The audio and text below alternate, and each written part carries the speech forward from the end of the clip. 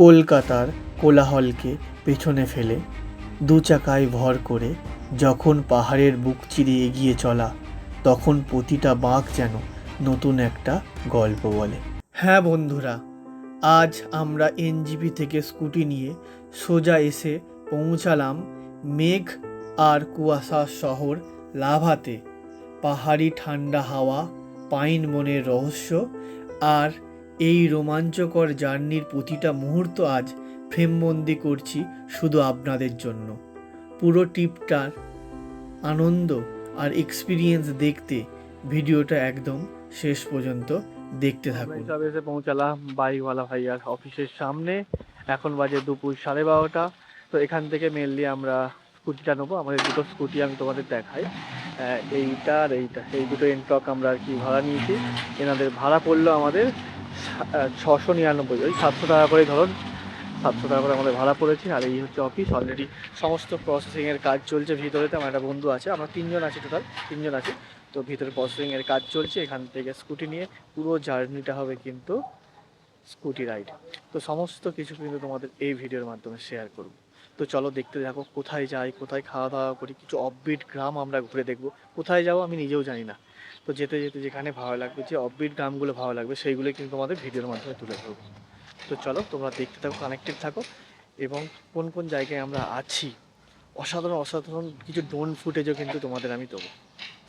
তো চলো এই ভিডিওটা এখানে স্টার্ট করছি। আর যারা প্রথমবারের জন্য দেখছো, ইউটিউব থেকে গেলে সাবস্ক্রাইব করে নাও, ফেসবুক থেকে দেখলে ফলো করে নাও। তো চলো ভিডিওটা স্টার্ট করো। তোমাদের আমি কিছু দরকারি কথা বলে রাখি। তোমরা যদি এই বাইকওয়ালা ভাইয়ের কাছ থেকে বাইক নাও, তাহলে কিন্তু তোমরা আগে থেকে বুক করে আসবে। কারণ আগে থেকে বুক করলে 10% এক্সট্রা ডিসকাউন্ট কিন্তু তোমরা পাবে। এছাড়াও তোমরা বাইকটা হাতে নেওয়ার পর তোমরা কিন্তু ভিডিও বানিয়ে নেবে পুরো বাইকের, বা আরও যেসব জিনিসপত্র নেবে, হেলমেট আর সমস্ত কিছু।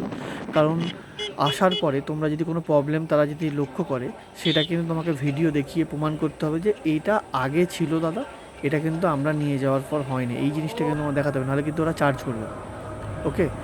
আর দ্বিতীয় কথা হচ্ছে যে তোমরা যখন যে কোনো সময় আসো না কেন এই বাইকওয়ালা ভাইয়ার কাছে, একটু হাতে টাইম লাগবে, কারণ এনাদের ডকুমেন্টস সব কিছু রেডি করতে অনেকটাই কিন্তু টাইম লাগে। তো তোমরা সুতরাং হাতে টাইম নিয়ে কিন্তু তোমরা আসবে। তারপরে তো বাইক নিয়ে পুরো পাহাড়টা আলাদা একটা অনুভূতি, পুরো পাহাড় ঘুরবে। Welcome to Teesta barrage. তো এই ব্যারেজটা থেকে খুব সুন্দর একটা তিস্তা নদীর ভিউ কিন্তু দেখতে পাওয়া যায়। তো চলো এক নজরে তোমাদের আমি দেখাই।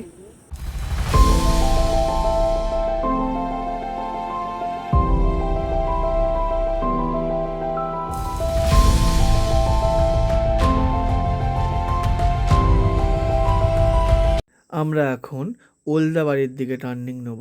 এই হচ্ছে যে টার্নিং, তার সঙ্গে পাহাড়ি রাস্তা, পোল এবং জঙ্গল মিলেমিশে একাকার, পুরো চারিদিক সবুজ, অসাধারণ দৃশ্য কিন্তু আমরা উপভোগ করতে করতে এগিয়ে চলেছি। এখন ওলদাবাড়ি পুরো মার্কেট ক্রস করছি। ওলদাবাড়ি পুরো মার্কেট, ওলদাবাড়িটা পুরো জলপাইগুড়ি করছে। তো জলপাইগুড়ি ওলদাবাড়ি আমরা ক্রস করে কিন্তু এগিয়ে পড়েছি।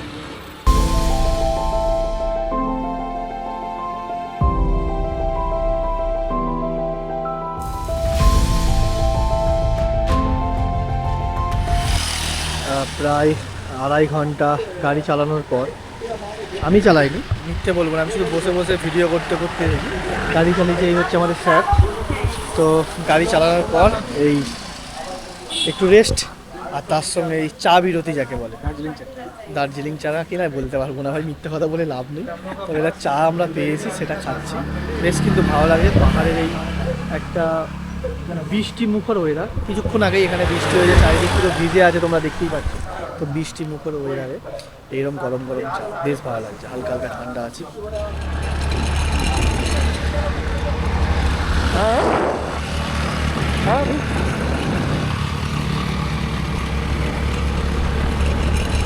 ভিডিও থেকে দেখতে পাই যে কোলাখাম যাওয়ার পথে যে সুন্দর একটা মন্দির টাইপের পরে সবাই ভিডিও করে ছাড়ে।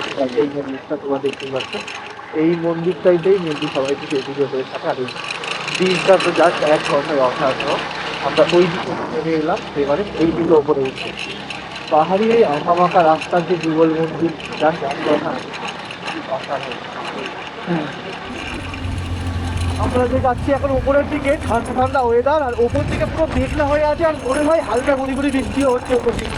আর এই নিচেতে কিছুক্ষণ আগে অলরেডি বৃষ্টি হয়ে গেছে, তাই জন্য একটা ওপর থেকে একটা ঠান্ডা হাওয়া কিন্তু নিচের দিকে আমাদের গায়ে লাগছে, প্রচণ্ড ঠান্ডা লাগছে। গাড়ির মধ্যে আমরা আমাদের স্কুটি নিয়ে স্কুটি নিয়ে আমরা, ওই একটা বন্ধু গাড়ি চালাচ্ছে, আর এইদিকে আমি, পেছনে নন্দুরা বসে আছে। তো সবাই মিলে আমরা ওপরের দিকে উঠছি।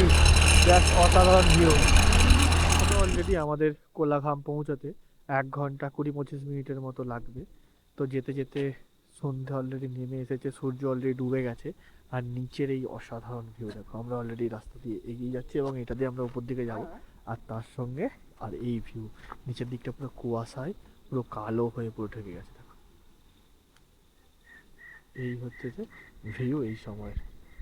তো চলো, কোলাঘাম যেতে যেতে আমাদের প্রায় সন্ধে হয়ে যাবে, তো সেইভাবে ফুটেজ দিতে পারবো না। কালকে মর্নিংয়ের কোলাঘামের অসাধারণ ভিউ কিন্তু তোমাদের জন্য ওয়েট করছে। তো চলো, তোমরা কানেক্টেড থাকো এবং দেখতে থাকো।